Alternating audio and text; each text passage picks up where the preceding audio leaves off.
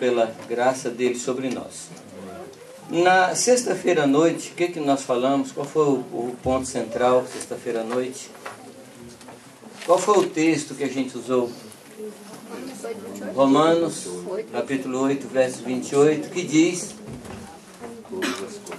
Se você não lembra, pode dar uma consultada aí na Bíblia, mas só consultar. Aí depois você fecha e fala... E sabemos. Todas as coisas colaboram. Quantas coisas? Todas. Todas significa o quê? Todas. Tudo.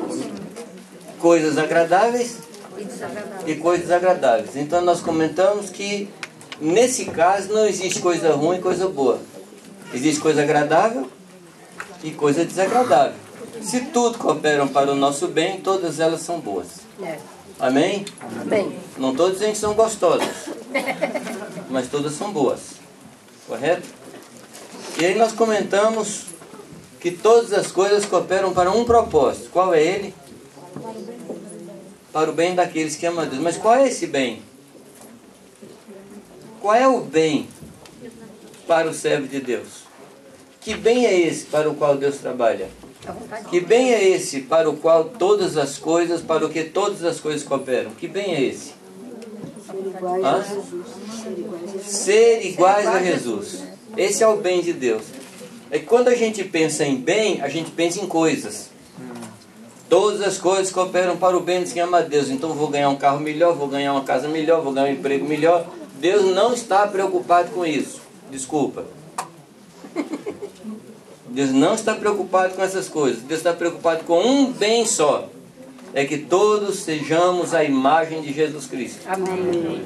Porque todos aqueles que receberam a Jesus, Deus lhes deu o poder de serem feitos Filhos de Deus. Filhos de Deus. Então o objetivo de Deus é fazer filhos neste mundo. Amém? Amém. Então, nessa noite, na sexta-feira, nós comentamos sobre isso. Sobre o propósito de Deus para as nossas vidas. E comentamos com os irmãos que existem duas coisas que nós precisamos trabalhar muito na nossa vida. Quais são as duas coisas? Disposição. A nossa atitude, a nossa intenção. A intenção fala de quê? A intenção fala da nossa motivação. Por que nós fazemos as coisas? Jesus falou que nós não podemos dar esmolas e anunciar que demos esmolas. Nós não podemos orar nas esquinas das praças com o fim de sermos vistos. Então está falando da intenção. Correto? Por que eu faço as coisas? Para receber elogio? Um servo de Deus nunca vai dizer assim: eu faço tudo e ninguém nota. Um servo de Deus nunca vai dizer assim: eu me mato e ninguém me dá valor. Você já ouviu isso de alguém que não conhece a Deus? Hein? Você já ouviu isso de alguém que não conhece a Deus? Puxa vida, eu me mato tanto e ninguém me dá valor.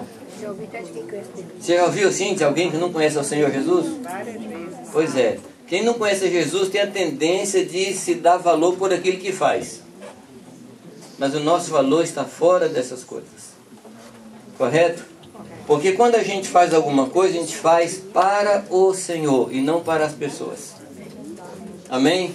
Se você varre a casa, você varre para quem? Para o Senhor. Para o Senhor. Se você lava um prato, para o Senhor. Se você faz o bem a alguém, você faz ao Senhor. Jesus deixou isso claro. Todas as vezes que servimos a um dos seus pequeninos irmãos, a ele servimos. Amém? Então tudo que vier às suas mãos para fazer, faça para o Senhor. Amém? Amém. Então na primeira noite nós falamos sobre a intenção, falamos também sobre a atitude. Se a intenção é o motivo pelo qual eu faço as coisas, a atitude é como eu faço. E nós precisamos nos preocupar com isso. Fazer de todo o coração. Fazer com dedicação. Fazer com consagração. E foi isso que nós comentamos ontem à noite. Na primeira noite nós falamos sobre uma atitude que é disponibilidade. Correto? Nós falamos sobre a diferença entre disposição e disponibilidade. Qual é a diferença? E aí o irmão Ricardo, ele falou algo muito interessante. Quando eu perguntei qual a diferença entre disposição e disponibilidade, o que foi que Ricardo falou? Querer e poder. Querer e poder. Disposição é querer fazer. E disponibilidade é fazer. Correto? E eu perguntei aos irmãos, tentando exemplificar isso. Perguntei o seguinte: quem aqui tem disposição para ser missionário na África? Várias pessoas levantaram a mão. Aí eu perguntei: quem é que pode pegar o avião amanhã cedo para ir para a África? Uma pessoa só levantou a mão. Então deu para perceber assim qual a diferença entre disposição e disponibilidade. E o que Deus quer é que nós sejamos disponíveis. Citei a história de Abraão, quando a palavra diz que Abraão morava em tendas. E perguntei aos irmãos: você mora em tenda ou você mora em casa? Há tempos atrás eu trabalhei com um grupo de ciganos em Campinas. Campinas tem um grupo de ciganos muito grande. E eles moram num dos melhores bairros da cidade. Então são casas assim de mármore, casas fantásticas. E tem um quintal grande lá no fundo. E lá eles fazem uma barraca e moram lá na barraca. Essa é a natureza deles, morar em barraca. E é a natureza do nosso pai Abraão. Então não pensa muito no cigano não, porque a nossa natureza tem que ser a natureza de quem mora em barraca. O que é que significa? Um barraca você pode arrumar, enrolar, pôr nas costas e cair fora qualquer hora que Deus mandar. A casa prende você. Correto? A casa você vai ter aquela preocupação de pôr quadrinho na parede, tudo, e de barraca não se põe quadrinho na parede.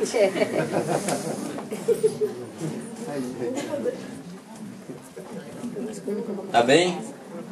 Então isso fala de disponibilidade. Você está sempre pronto a obedecer ao Senhor. Agora, na realidade, eu não estou falando de um lugar, eu estou falando de uma posição de coração. Quando você está perto de alguém que não conhece Jesus, você é disponível para o Senhor usar você. Isso é morar em tendas. Quando está precisando fazer um concerto em algum lugar, quando está precisando varrer um lugar, quando está precisando colocar uma cadeira no lugar, você tem que ter sempre essa atitude de alguém disponível. Amém? Amém. Então precisamos de uma pessoa que faça um concerto no lugar. Você é a primeira pessoa que levanta a mão e diz: eis-me aqui, envia-me. Envia-me a mim. Amém? Comentamos que essa é a expressão básica para aquele que é disponível. É dizer: eis-me aqui. Pedi aos irmãos que na sexta-feira à noite não falassem eis-me aqui. Pedi aos irmãos que pensassem muito, orassem muito. E ontem à noite alguns disseram eis-me aqui. Correto? Corajosos disseram eis-me aqui. Porque também eu alertei os irmãos que todos aqueles na Bíblia que disseram eis-me aqui tiveram a sua vida transtornada para o bem. Amém. Amém? Claro que no primeiro momento eles não perceberam que era bem. Mas depois perceberam que era tudo que eles precisavam, que era tudo aquilo que glorificaria ao nome do Senhor. Ontem à noite nós falamos sobre uma outra atitude que precisamos ter. Falamos de que ontem? Dedicação. O que é dedicação? Consagração. Falamos de consagração. Consagrar é tornar uma coisa sagrada, tornar uma coisa santa. Ou seja, separar. Uma coisa santa é uma coisa separada. A palavra santidade, ela tem dois significados, ou melhor dizendo, dois lados. É como se fosse uma moeda de dois lados. O primeiro lado é quando a gente se santifica de alguma coisa, quando a gente se separa de alguma coisa. Então, se você tiver na sua cabeça aí o movimento do povo de Deus quando sai do Egito caminhando para Canaã, você vai entender o que eu quero dizer. Quando eles saem do Canaã, quando eles saem do Egito, eles se santificam do Egito. Ou seja, eles se separam do Egito. Mas Deus não chamou o povo para sair do Egito. Deus chamou o povo para entrar em Canaã. Dá para entender isso, não? Dá para entender, não? Eu repito. Deus não chamou o povo para sair do Egito. O objetivo de Deus não era tirar o povo do Egito. O objetivo de Deus era pôr em Canaã. Amém? Agora, não dá para ficar em dois lugares ao mesmo tempo. Se tem que entrar em Canaã, tem que sair do Egito. Mas tem crente que se satisfaz saindo do Egito e não entrando em Canaã. Mas eu quero lhe contar uma coisa. Quem sai do Egito e não entra em Canaã, tem o Egito dentro de si. Quem saiu do Egito e não entrou em Canaã, carrega o Egito dentro de si. A única forma de sair do Egito, entrar em Canaã e perder o Egito, é passar pelo Jordão, ter uma experiência de novo nascimento. Amém. Amém? Aí a gente perde o Egito. A gente não tem mais nada a ver com o Egito. Correto? Então o primeiro aspecto da santificação é deixar alguma coisa, se separar de alguma coisa. Mas eu quero dizer para vocês que esse não é o aspecto mais importante. Então, separação do mundo não é o aspecto mais importante. O aspecto mais importante é a separação para Deus. Dá para compreender o que eu quero dizer? Não? Às vezes eu não explico direito, mas se não entender, por favor, pergunta que eu volto a fita. Tá bom? Eu estou ainda no tempo da fita, então eu volto a fita e explico de novo. Então eu disse para vocês o seguinte, que o mais importante da santificação não é o sair do mundo. O que é o mais importante da santificação? É o se separar para Deus, é o ser consagrado a Deus, é o ser de Deus.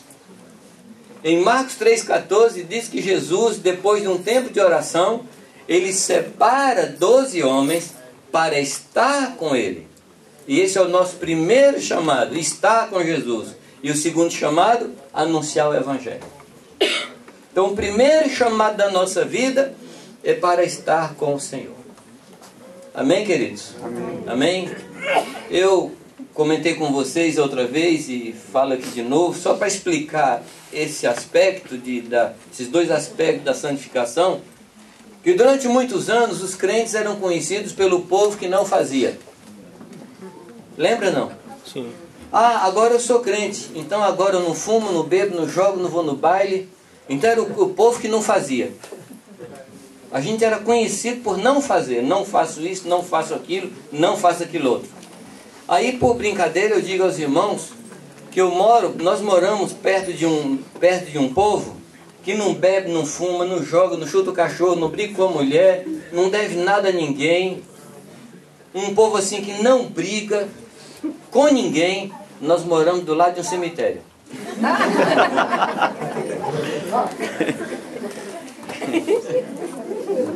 Que santidade você tem? É santidade de cemitério? Deus não quer isso. Deus quer um povo que não faça, mas Deus nos chamou para sermos um povo zeloso e de boas obras. Amém? Amém. É um povo que faz. É um povo que anda nas obras que Deus preparou para nós de antemão, para que andássemos nela. Fomos salvos para andar nas obras de Deus. Não fomos salvos por obras, mas somos salvos para obras. Amém. Para fazer a vontade de Deus. E Jesus disse isso muito bem quando ele fala que a minha comida consiste em fazer a vontade do meu Pai, realizar aquilo para o que Ele me enviou. Amém? Como é o nome disso? Dedicação. Seja uma pessoa dedicada. Dedicada ao Senhor. Dedicação ao Senhor. Ter o coração voltado para Deus. Ter o coração inclinado para o Senhor. Irani comentou ontem aqui no final sobre a questão da oração. A oração é uma manifestação da dedicação ao Senhor. A oração, eu poderia dizer para vocês que ela expressa pelo menos duas coisas. A primeira delas, expressa o nosso amor ao Senhor. Quando você conheceu sua esposa, vocês começaram a namorar, não importava a distância, você queria estar ali pertinho, olhando um para a cara do outro, não falava nada, e passava meia hora em silêncio, daqui a pouco falava, pois é, e o outro né. Não importa, não tinha importância a conversa. O que é que tinha importância? O estar junto. Então a oração tem esse aspecto do enamoramento, do estar diante do Senhor, do estar perto do Senhor. Às vezes sem palavras, só assim experimentando a presença de Deus. Esse é um aspecto da oração. Um outro aspecto da oração, eu poderia pensar com vocês em muitos aspectos da oração, mas um outro aspecto da oração é a declaração de completa dependência de Deus. Quanto mais você ora, mais você demonstra que você depende do Senhor. Quanto menos você ora, mais autossuficiente você é. Então, quanto mais dependente você se sente de Deus, mais você ora. Quanto menos dependente de Deus, menos você ora. Então, eu não oro, não é porque a Bíblia manda eu orar. Eu oro porque eu preciso de Deus. Claro que a Bíblia manda orar e eu preciso orar por obediência. Mas mais que a obediência, é a minha necessidade do Senhor. Amém? Amém. Então, um aspecto da dedicação a Deus é a sua vida de oração. Você manifesta essa dedicação orando ao Senhor. Na sua vida de oração, você manifesta que você depende de Deus. Amém? Então, quanto menos você ora, mais você está demonstrando que não precisa de Deus. Pode deixar Deus que eu resolvo. Dá para entender isso? Não? Então, quanto mais você ora, mais você está mostrando, dizendo: Deus, eu não posso fazer. Eu preciso do Senhor. Dedicação ao Senhor, dedicação à obra de Deus, dedicação à igreja. O que é a igreja para você? O que é a igreja para você? Hã? Mas o que é a igreja para você? Geralmente a gente acha que é aqui. A igreja somos nós. Olha, você sabe que de acordo com o conceito é o comportamento? O conceito determina o comportamento. Isto é, como você pensa, assim você é. Tá? Deixa eu tentar explicar isso aqui. Se você disser assim: hoje nós vamos à igreja, o que é que você está querendo dizer? Estou vindo para cá. Você está se referindo a um lugar. Isso determina comportamento. Qual é o comportamento? É que fora da igreja você tem um tipo de vida e aqui dentro você tem outro. Se você quiser mudar o seu comportamento, você tem que mudar a sua maneira de pensar. Sim. Romanos capítulo 12, verso 1. Transformai-vos pela renovação dos conceitos. Então, você sabe quando é que uma pessoa vai à igreja? Não. Quando ela se converte. Depois disso ela passa a ser igreja. E nunca mais ela vai à igreja. Nunca mais. Ah, você está indo na igreja? Não, não vou mais à igreja, porque eu sou igreja. Amém. Como é que eu vou para mim? Eu sou igreja, então eu não vou mais à igreja. Amém? Amém. Agora, se você é igreja, olha só, você é a casa de Deus. Faz diferença? Faz diferença? Você sabe que, dependendo da importância da visita na casa, é o comportamento da família? Sim ou não? Se você recebe em casa uma visita ilustre, você põe na mesa aquela toalha. Você põe aqueles pratos que você guarda só para algumas ocasiões. As crianças falam mais baixo. O marido puxa a cadeira para a mulher. É verdade que quando a visita não está em casa, o marido puxa a cadeira da mulher. Os meninos ficam todos penteadinhos. Cheiroso. De acordo com a importância da visita. Agora se é uma pessoa que está lá todo dia, aí a gente relaxa. Tá, presta atenção. Você é casa de Deus. Quem é que mora em você? Deus. Você tem consciência disso? Aí você, se a visita é importante, se a visita é respeitosa, e por exemplo, você fala: vamos assistir um filme na TV, e essa visita é muito importante e respeitosa, que tipo de filme você vai assistir? Não é qualquer um. Eu me lembro assim, um negócio muito forte que aconteceu comigo. Eu estava na casa de um pastor lá no Rio de Janeiro, e foi naquele tempo que foi lançado o videocassete. Pois é. Você conhece isso no videocassete? Sabe o que é isso? Não? Conhece? É um negócio assim, redondo, grande assim, tem uma fita que fica rodando assim. Vocês conhecem, não? Você já viu no museu, né? Conhece sim. Pois é. No museu. Então, e ele tinha comprado, ele era um dos primeiros ali na cidade que tinha o videocassete. Aí chegamos à tarde, não é? Aquele período da tarde para descansar, e falou: Jamil, vamos ver um filme. E ele mandou o filme na locadora buscar um filme. Claro, pastor só pode assistir filme bíblico, né? Com certeza.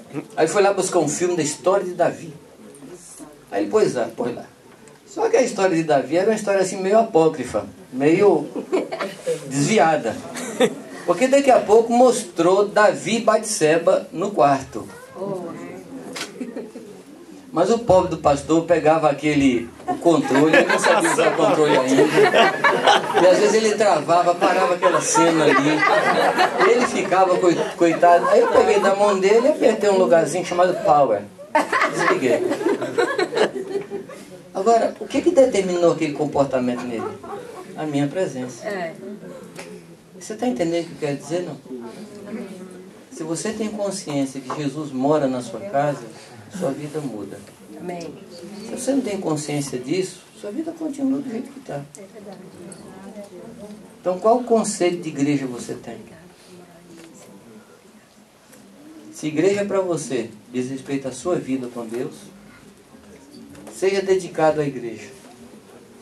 Igreja, amados, é um conjunto de irmãos que foram lavados com o sangue de Jesus Cristo. E eu sou parte da vida de meus irmãos e os meus irmãos são parte da minha vida. Eu não posso viver sem eles e eles não podem viver sem mim. Isso é igreja. Por isso a importância de a gente discernir o que é igreja. Porque muitos, por não discernir o que é corpo de Cristo, estão doentes, fracos e alguns que dormem. Por quê, amados?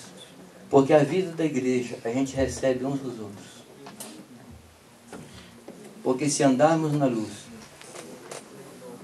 como Ele na luz está, temos comunhão uns com os outros. E qual a consequência disso? O sangue de Jesus Cristo nos purifica de todo pecado. Pergunto a vocês, onde é que está o sangue do corpo? No corpo, nas veias, nas artérias. O sangue de Jesus não está solto no ar, mas ele passa através dos irmãos e chega em mim. Ele passa através das artérias e chega em mim. Você precisa da igreja de Jesus. E a igreja de Jesus precisa de você. Você sabia disso? Não? Então, quando você cantar aquele canto, meu irmão, eu preciso de você, é porque é verdade. E quanto mais você se afastar dos irmãos, mais fraco você fica. Então, por favor, quando você levantar de manhã dizendo assim, hoje não quero ver cara de crente, o problema é seu. É você que está com problema, não são os irmãos, não. E toma cuidado com esse pensamento, que é um pensamento de morte. É um pensamento para matar. Porque a vida está no sangue. E o sangue está no corpo. Aleluia. Amém? Se andarmos na luz. Luz fala de conceito claro. Luz fala de transparência. Luz fala de revelação. Se você está na luz, você tem comunhão. Se não está na luz, não tem comunhão. Agora, se está na luz e tem comunhão, o sangue purifica. Amém? Amém. Como é que o sangue purifica? No corpo. Você estando no corpo de Cristo. Amém, amados? Amém. Dá para entender isso? Não? Amém. Você precisa se dedicar à igreja? Amém. Por que você precisa se dedicar à igreja? Porque é morada de Deus, porque você precisa dela. O sangue tem que circular. Você precisa da igreja. Então cuida dela. Não fale mal da igreja. Nunca fale mal da igreja, porque ninguém fala mal de si mesmo. Aí por brincadeira eu digo aos irmãos, quer tá magoado com a igreja? Quer falar mal da igreja? Então chega lá na frente do seu espelho e desce a lenha. E chega lá e fala mal daquela pessoa que você vira ali. E fala dela. E depois aproveita a hora com impulsão de mãos para ela se converter. Porque quando você fala mal da igreja, você está falando mal de você. Agora, se você percebe alguma fraqueza em algum membro da igreja, o que é que você deve fazer? Ajudar. Se você perceber que uma parte do seu braço está com problema, o que é que você faz? Você pega o braço, põe lá e fica falando mal dele. Você não presta mesmo, hein? Olha que fraqueza, olha que maldade. Olha, você não tem mais força. Que coisa feia. É assim que você faz? Não, você leva no médico. Você vai levar no médico. Então, se você vir algum irmão seu em pecado ou com problema, o que é que você deve fazer? Falar mal dele? Não. Ou tem alguns irmãos que tem um negócio que eu chamo de fofoca santa. Ao invés de ir para o irmão e curar, conta para outro. E tem a desculpa de falar assim, olha, estou contando para você orar. E não é para isso, não, é fofoca mesmo. E a palavra diz, amado, que nós não devemos ter o mexeriqueiro no nosso meio. O mexeriqueiro é abominação, porque fala contra o corpo de Cristo. Se você viu alguma coisa no seu irmão, você tem a responsabilidade de chegar nele e ajudar e curar. Seja dedicado à igreja de Jesus Cristo. Assim, falando no pior, pelo menos por egoísmo. Isto é, porque se a igreja ficar mal, você fica mal. Porque se um membro sofre, todos os outros padecem. Então, por sua causa, cuida da igreja. Claro que essa não deve ser a motivação. Claro que não deve ser. Mas devemos honrar, amar e servir ao povo de Deus. Amém, amados? Ah, mas qual é o povo de Deus? Ao povo de Deus. Não importa onde ele estiver. Ao povo do Senhor. Aos servos de Deus. Irani comentou ontem aqui sobre a igreja de Deus, tão diferente nos lugares onde ela está. Ah, mas a igreja de Deus. Maio estava na Rússia lá com os irmãos de Moscou. Depois um grupo lá do Uzbequistão estava com eles. Eu não entendi uma palavra do que eles falavam, mas que povo maravilhoso, que povo lindo. Fiquei 8 dias na Tailândia, um casal me hospedou, eles não falavam inglês, não falavam português, não falavam nada. Mas 8 dias a gente se comunicando no poder do Espírito Santo. Que coisa linda, que maravilha. É a igreja, amado. E a igreja tem uma linguagem que supera a linguagem natural. Bendito seja o nome do Senhor. A igreja é linda, não existe nada mais bonito na face da terra do que a igreja. Amém? E onde é que está Cristo?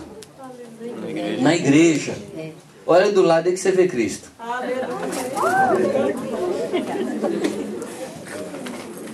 E olha, é Cristo em você que é a minha esperança. Porque é Cristo em nós a esperança da glória. Sabe por que eu tenho esperança da glória? Porque eu vejo Cristo na igreja. Não é Cristo lá no céu, é Cristo na igreja. Cristo reinando em nós. Seja dedicado à palavra. Gaste tempo com a palavra. Tempos atrás, eu estava... não me lembro mais. Estava num lugar... E uma pessoa falou assim, Jamê, eu não sei, eu não estou lendo a Bíblia mais. Falei, por quê? Porque eu não entendo a Bíblia. Eu não entendo. Aliás, ela falou assim, Deus não me fala. Deus não me fala. Aí eu perguntei, tem quanto tempo que você não lê a Bíblia? Ah, tem muito tempo. Porque Deus não me fala, então eu parei de ler. Eu falei, você vai fazer o seguinte. Você vai para sua casa hoje. Eu estava num tempo como esse aqui, na sexta, sábado, domingo. Então, no sábado, eu falei, você vai para a sua casa hoje, vai entrar no seu quarto, dobrar seu joelho, abrir a palavra e dizer assim, Deus, fala comigo hoje. E eu vou ler a palavra. No dia seguinte, ela era uma das primeiras pessoas que me recebeu lá fora, lá na porta. E ela estava com um sorriso de orelha a orelha. Deus me falou. Amém. Deus fala. Amém. Deus fala. A palavra de Deus é verdade. Ela é poderosa. Ela é poderosa para mudar as nossas vidas. Ela é poderosa para trazer cura. Ela é poderosa para responder as nossas perguntas. Então gaste tempo com a palavra. Amém? Gaste tempo com a palavra. A palavra ela pode ser um mero livro. Ela pode ser um livro como qualquer outro. Se você o ler assim. Mas pode ser a palavra de Deus, se você considerar como palavra de Deus. Correto? Então, a Bíblia, né, a palavra de Deus, ela traz Deus para o nosso alcance. Deus fica perto, fica visível através da palavra. Quer trazer Deus para perto, Deus para o seu alcance, onde você possa tocar, leia a palavra. Quando Amém. você lê a palavra, você toca em Deus e você vê Deus.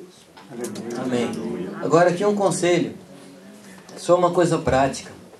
Pega o Novo Testamento e leia o Novo Testamento todo, diversas vezes. Tá bem? Diversas vezes. Lê o Novo Testamento. Amém.